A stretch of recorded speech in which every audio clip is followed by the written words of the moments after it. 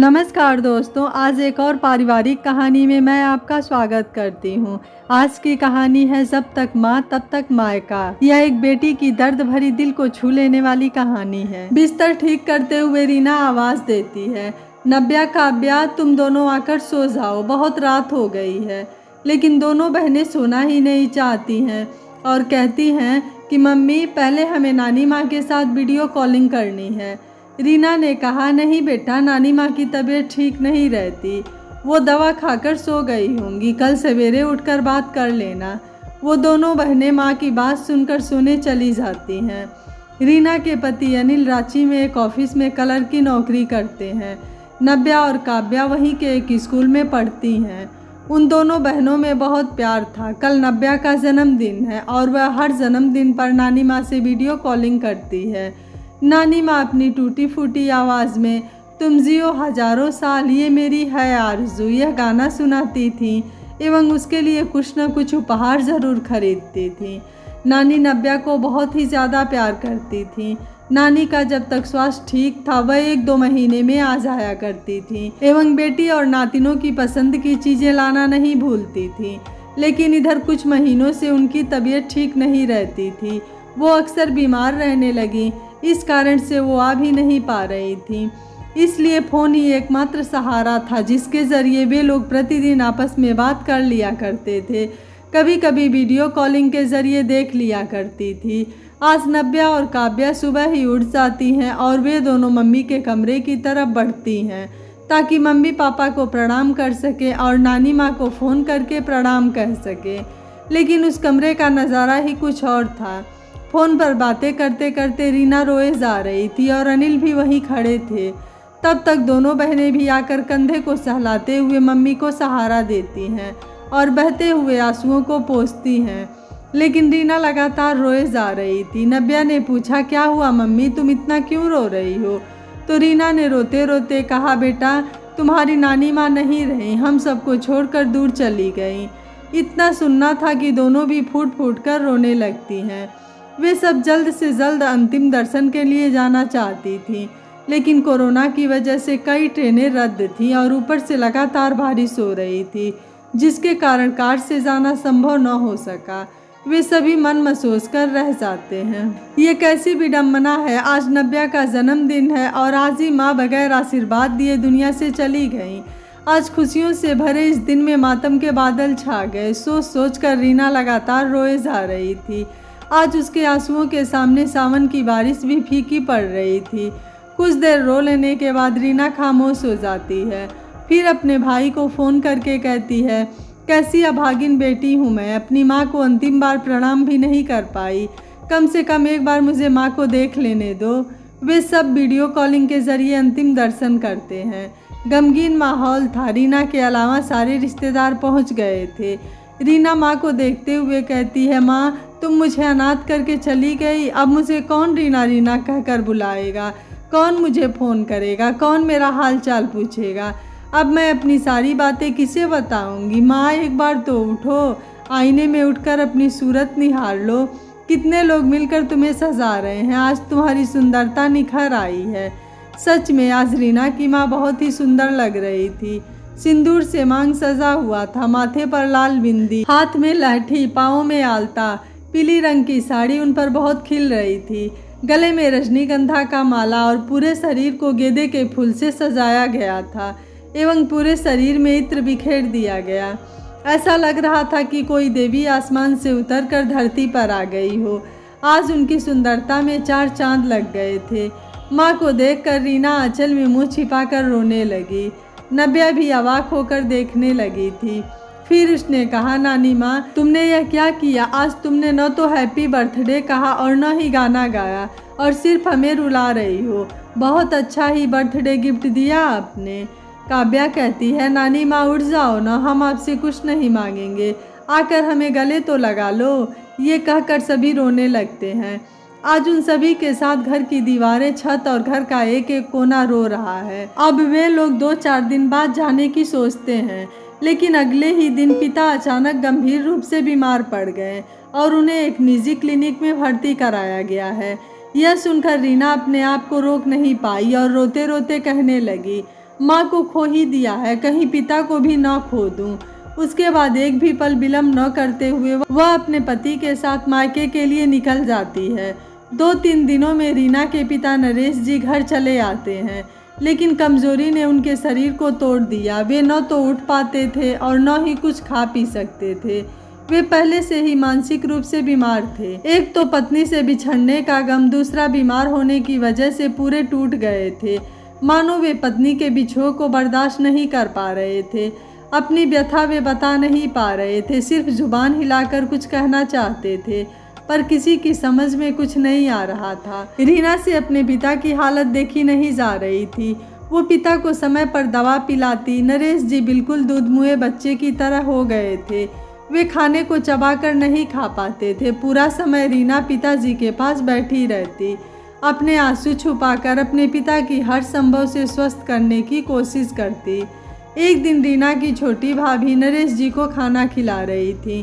शायद उनका खाना खाने का मन नहीं था और वे चबा भी नहीं पाते थे, इसलिए उन्होंने मुंह का निवाला बहू के कपड़े पर गिरा दिया। इस पर बहू आग बबूला हो जाती है और सारा खाना उनके सिर पर उड़ेल देती है और कहती है, ये भी मर जाते तो अच्छा रहता, इनका भी श्राद्ध कर्म करके हम भी छुट्टी पा लेते। रीना बेचारी अवाक नज़रों से यह वाकया देखती है और खून के घूंट पीकर रह जाती है। पिता के कपड़े बदलते हुए रीना मन ही मन सोचती है कि माँ इन्हें अकेला छोड़कर क्यों चली गई, इन्हें भी अपने साथ लेकर चली जाती, अब इनका यहाँ क्या काम है। ये सारी चीज़ें भाई के सामने होती हैं। वो सिर्फ अपनी पत्नी को कहता है कि मेरे बाबूजी के बारे में ऐसा मत बोलो, आपस में लड़ाई न हो जाए। इसी वजह से रीना भी चुप हो जाती है और उसका भाई भी इस कारण ज़्यादा नहीं बोलता है। रोज़ दिन खाने को लेकर झंझट एवं पिता के लगातार गिरते स्वास्थ्य को लेकर वह चिंतित रहने लगी। तब रीना ने एक तरीका निकाला। वो अपने पिता को बच्चों वाला डब्बा बंद संतुलित आहार दूध में मिलाकर देने लगी। अब रीना एक बेटी की तरह नहीं बल्कि एक माँ की तरह अपने पिता का ध्यान रखने लगी। पेट भरा रहने से नरेश जी की नींद पूरी हो जाती एवं उनकी सेहत में सुधार आने लगा। रीना की मेहनत रंग लाई। अब उसके पिता 2-4 दिनों में बैठने लगे। आज उन्हें शायद अपनी पत्नी की याद आई। वे अपनी सुनी आंखों से इधर उधर ढूंढने लगते हैं। तब रीना उन्हें मोबाइल में माँ की तस्वीर दिखाकर उन्हें शांत कराती है और कहती है, माँ अस्पताल गई हैं, शाम तक आ जाएंगी।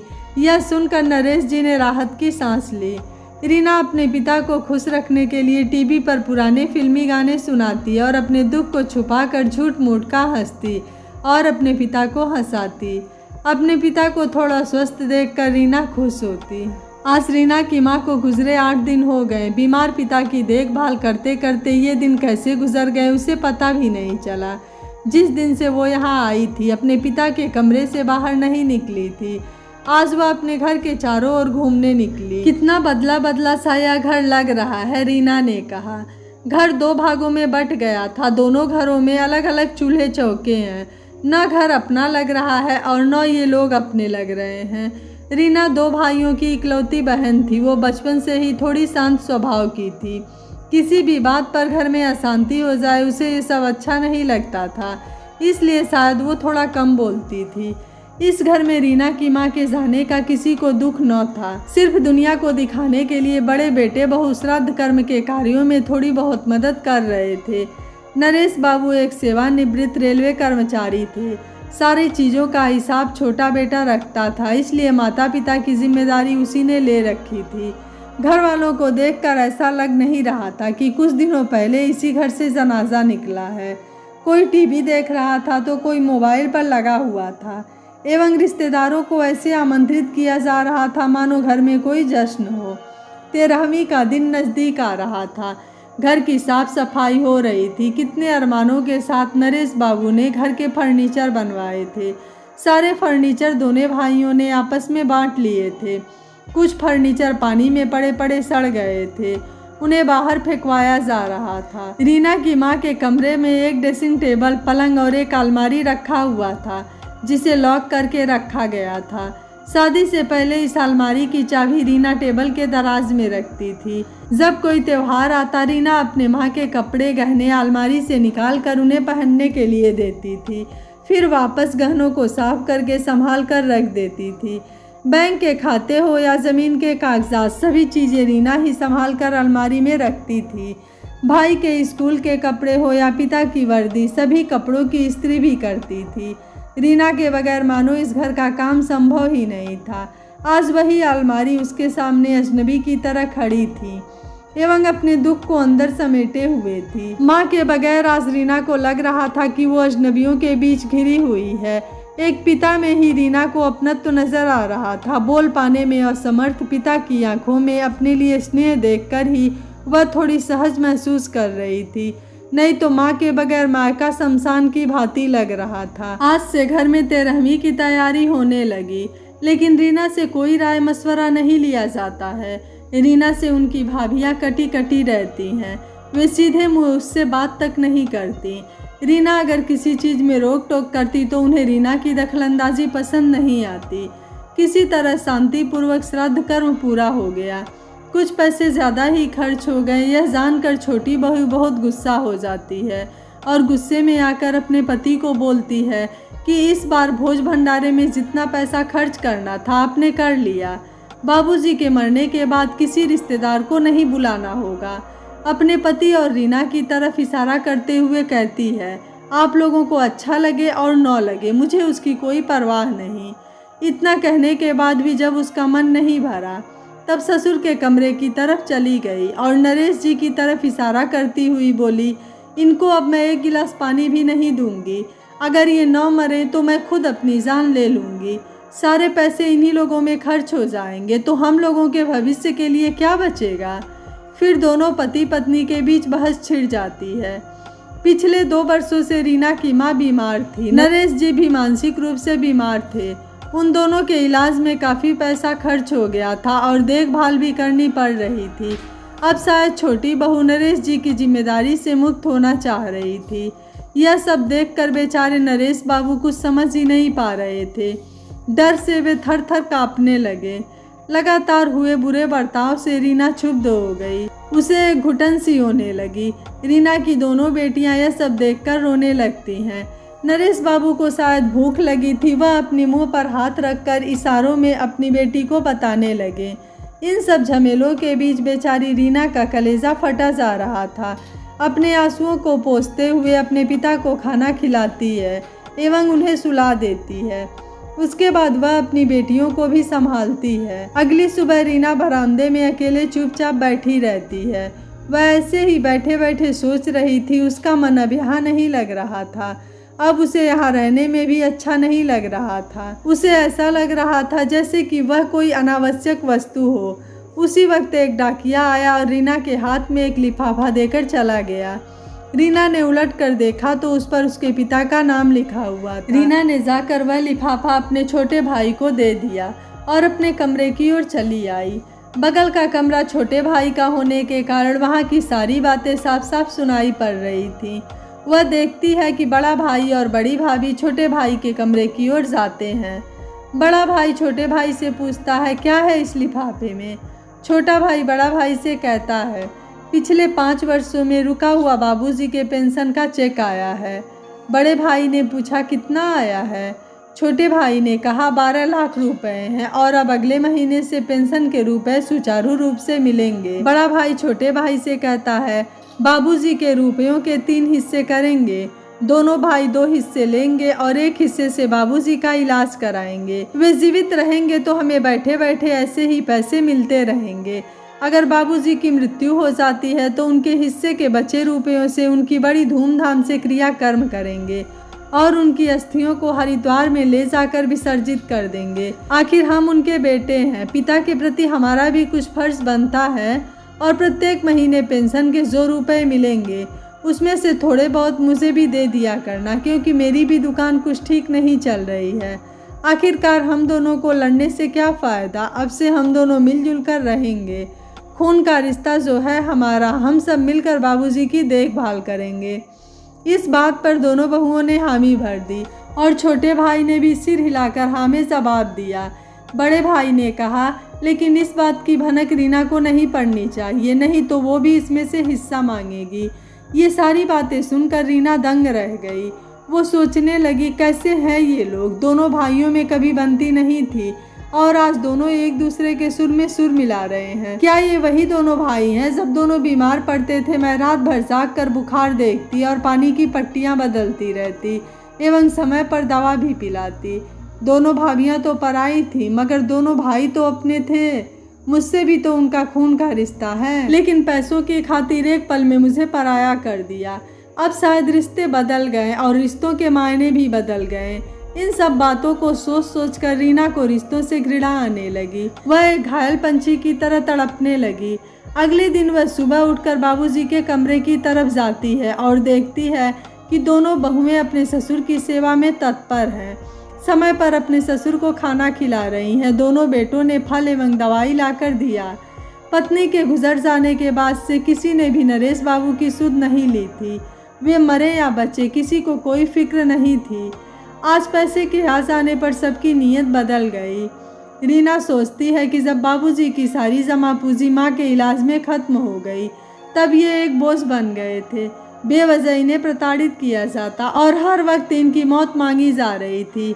आज पैसे आने पर ये लोग बाबूजी के फिक्रमंद हो गए। आज उनकी पूरी आवभगत की जा रही है। अब जब तक बाबूजी जीवित रहेंगे उन्हें पैसे मिलते रहेंगे।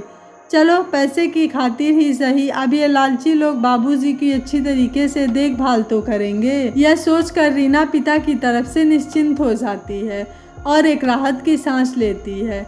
रीना मन ही मन अपनी माँ को आभार व्यक्त करती है और कहती है, मुझे पूरा विश्वास है कि यह चमत्कार तुमने ही किया है। रीना अपने कमरे में कपड़े समेट रही है। आज वह अपने मायके से चली जाएगी। अचानक उसे कुछ याद आता है और वह अपने पिता के कमरे में चली जाती है। वहाँ उसकी माँ के पलंग के नीचे एक सूटकेस रखा रहता है। रीना उसे खोल कर देखती है लेकिन उस सूटकेस में तो कुछ भी नहीं है। खाली सूटकेस देखकर रीना ने अपने दोनों भाइयों को बुलाया और कहा, ऐसा कैसे हो सकता है? माँ ने अभी कुछ दिनों पहले ही मेरे लिए 2 साड़ियाँ और दोनों नातिनों के लिए कलाई घड़ी खरीद कर रखी थी। अभी ये सब चीज़ें कहाँ चली गईं? दोनों भाइयों ने कुछ नहीं बोला, लेकिन आज रीना बर्दाश्त नहीं कर सकी और बोल उठी, क्या तुम लोगों की बचपन की आदत अभी भी नहीं गई? बचपन में जब माँ मेरे लिए खाना परोसती थी तो तुम लोग मुझे चिढ़ाने के लिए मेरे हाथों से खाने की थाली छीन लिया करते थे। ठीक उसी तरह आज भी मुझसे पूछे बगैर मेरी माँ की अंतिम निशानी तुम लोगों ने ले लिया और हो सकता है तुम लोगों ने अब तक मेरी चीज़ों को आपस में बांट लिया होगा। अब बताओ मैं किसके हिस्से में जाऊं? तुम लोगों ने रिश्ते को भी हिस्सों में बांट लिया है। रीना की आवाज़ सुनकर बहुएं भी आ जाती हैं। रीना के भाइयों को शायद ही इन चीज़ों के बारे में कुछ पता नहीं था। उन्होंने अपनी पत्नियों की तरफ देखा तो पत्नियों ने आंखों से इशारा करके चुप रहने को कहा। इतना कहने के बाद रीना अपने कमरे में चली जाती है। अपने भाइयों के बारे में सोचती है कि कितने गिर गए हैं ये लोग। अब मेरी चीज़ें भी चुराने लगे हैं और मैं चोरी का इल्ज़ाम भी नहीं लगा सकती क्योंकि ये घर तो उनका है। जब माँ ही नहीं रही तो उनकी चीज़ों का क्या मोह। आज रीना को ऐसा लग रहा है मानो माँ के साथ साथ सारे रिश्तों ने दम तोड़ लिया है। जब कभी भी रीना दुखी होती तो उसकी माँ उसे दुनिया में हम आए हैं तो जीना ही पड़ेगा इस गाने की 2 पंक्तियाँ सुना देती थी तो रीना का दुख कुछ कम हो जाता था। रीना आज अपनी माँ की उसी जादुई आवाज़ को याद करते हुए कहती है, माँ आज तुम यह गाना सुना देती और मैं तुम्हारे कंधे पर सिर रखकर रो लेती तो मेरा मन हल्का हो जाता। देखो माँ आज कोई भी नहीं है मेरे पास, एक पिता भी है तो वो भी जिंदा लाश है, मैं अपना दुख किसे बताऊँ। इतना कहकर वह रोने लगी और अपने आंसुओं से भीगे चेहरे को तकिए में छुपा लेती। कुछ देर वह ऐसे ही बिछावन पर पड़ी रहती है, फिर एकाएक उठती है और जाकर भाइयों को बोलती है, माँ को तो नहीं देख पाई, थोड़ी देर के लिए माँ की अलमारी खोल देना, उनके कपड़े को ही देख लूँगी क्योंकि आज मैं चली जाऊँगी। दोनों भाइयों ने कहा कि वे किसी काम से बाहर निकल रहे हैं। रीना को पूरा यकीन था कि उनके भाई उसे अलमारी खोलकर माँ के कपड़े दिखा देंगे क्योंकि रीना ने तो कोई कीमती चीज़ नहीं मांगी थी। रीना पूरी उम्मीद के साथ भाइयों का इंतज़ार करने लगी। क्या रीना के भाई रीना की इतनी सी ख्वाहिश पूरा कर पाएँ? क्या रीना सम्मान के साथ मायके से ससुराल वापस आ पाई या फिर माँ के साथ ही रीना का मायका खत्म हो गया? जानने के लिए देखिए कहानी का दूसरा भाग। अगर आपको यह कहानी अच्छी लगी है, आपको इस कहानी का दूसरा भाग देखना है तो आप कमेंट में यस और नो जरूर लिखिएगा। वीडियो पसंद आया है तो वीडियो को लाइक शेयर एंड चैनल को सब्सक्राइब कर लीजिएगा। Thank you for watching. मिलते हैं अगली कहानी में।